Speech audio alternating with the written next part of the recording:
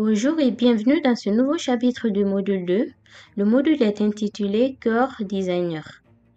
Aujourd'hui, nous allons donc voir la première session du chapitre 1 qui va concerner la notion de projet, la création de projet avec quelques conventions que nous nous sommes fixées. Donc pour commencer, je vais me connecter à Dataiku. Et là, mes logins sont déjà enregistrés. Je vais juste accéder à la plateforme. Et on l'avait vu dans une session précédente, on vous avait présenté les différentes fonctionnalités de cette page d'accueil. Donc nous, dans cette session-là, nous ferons un focus sur la fonctionnalité Project ou projet, juste en haut à gauche ici. Donc on va commencer par définir la notion de projet Dataiku. Le projet Dataiku, disons, c'est comme un centre de commandement. C'est là que tout se passe en fait. Donc le projet va contenir notre travail sur une activité spécifique. Du coup, nous allons en créer un, mais bien avant, je vais vous proposer quelques conventions, quelques bonnes pratiques que nous avons mis en place. En termes de bonnes pratiques, nous avons d'abord le nom du projet. Le nom du projet, comme vous l'avez vu, il doit être explicite et significatif dans le sens où si vous êtes plusieurs à travailler sur la même plateforme, chacun aura son projet ou des projets communs. Donc, il faut faire en sorte que le projet soit explicite. Dans un second temps, nous avons aussi les noms des projets qui, de préférence, doivent être séparés par des tirets de 8, des underscores, pour ne pas faire bugger parfois certains objets dans Dataiku. Donc, pensez à séparer les noms de vos projets par des tirets de 8. Une autre bonne pratique, c'est d'éviter de donner des noms trop longs à votre projet. Je vous expliquerai pourquoi. Parce qu'en fait, le nom que vous donnerez à votre projet, ce nom-là va précéder tous les objets dans votre projet. Par exemple, lorsqu'on prend le cas d'un dataset, d'un jeu de données, supposons que le jeu de données s'appelle test. Donc, il faut savoir que dans Dataiku, votre jeu de données, le nom de votre jeu de données test sera précédé du nom du projet. Donc, c'est pour cette raison qu'il faut éviter de donner des noms trop longs à votre projet. Maintenant qu'on a vu ces quelques bonnes pratiques, nous allons créer notre projet. Donc, les projets sont créés à partir de la page d'accueil ici. Donc, nous voulons créer un nouveau projet et pour ça, on clique tout simplement sur New Project ici, là. Donc, on va choisir Blank Project. Ça veut tout simplement dire qu'on part d'un nouveau projet parce que parfois, il y a des projets qui sont déjà créés par Dataiku et du coup, nous voulons créer notre propre projet. Donc, on va lui donner un nom. Donc, on va l'appeler Analyse e-commerce. E-commerce parce que je vous expliquerai le dataset qu'on va analyser tout au long de cette formation. Ça sera un dataset qui concerne l'analyse des données e-commerce. Donc, on crée le projet. Et une fois le projet créé, on atterrit sur ce centre de commandement dont on a parlé au début.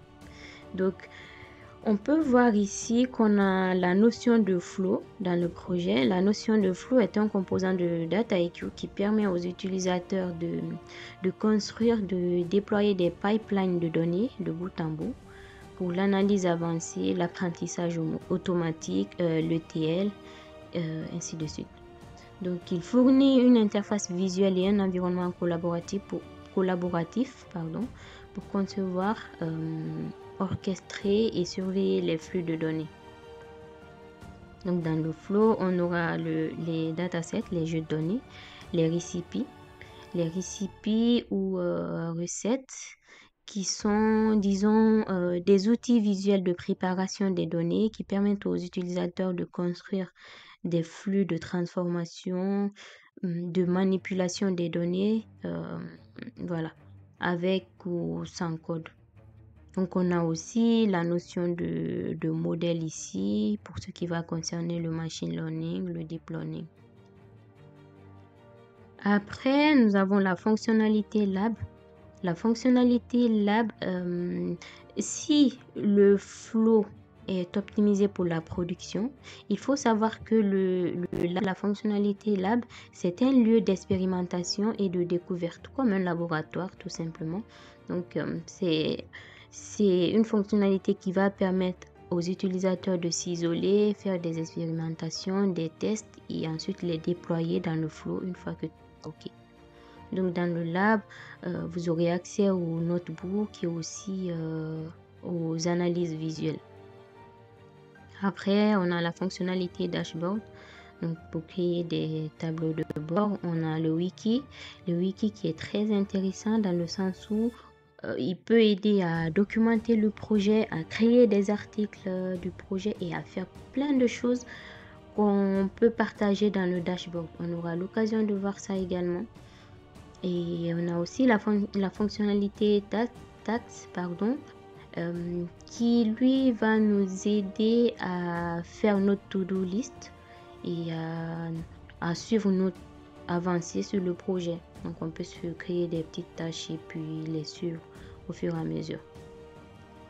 Dans cette petite fenêtre Add et Description ici, ça nous permet par exemple de synthétiser notre projet, de donner un descriptif à notre projet, de sorte que toute personne qui accédera à notre projet sans forcément rentrer dans le contenu, dans les détails du projet, cette personne aura déjà un contexte du projet. Donc, c'est une petite fenêtre qui est assez utile. Ensuite, toujours sur cette page-là, on peut voir ici dans Summary, nous sommes dans, disons, le résumé de la page d'accueil, des fonctionnalités principales de la page d'accueil. Après, nous avons ici Activity. Dans Activity, on peut voir une sorte d'historique des actions réalisées sur le projet. Donc, on peut voir par exemple en termes de contribution, les personnes qui ont contribué à ce projet-là. Si nous sommes plusieurs sur un même projet, on peut voir la contribution de chacun sur le projet. Et ici, nous avons également une sorte d'historique en fonction du jour de la semaine. Après, nous avons la notion de métriques. La notion de métriques ici, certes, on n'a rien, mais ça va nous permettre d'avoir une synthèse des métriques, des vérifications, des checks qui ont été réalisés dans ce projet-là. Donc, on reviendra là-dessus quand on aura avancé sur le projet. En plus de ça, nous avons la possibilité de collaborer avec d'autres personnes qui partagent le même projet. Donc, on a une petite fenêtre de discussion ici, là, qui nous permet d'échanger sur le projet. On a également cette fonctionnalité Action. Dans Action, on a la possibilité de dupliquer le projet. On peut dupliquer le projet si, bien sûr, cette notion de droit aussi, on le verra dans une prochaine session. On a la possibilité d'exporter le projet. On peut également delete le projet.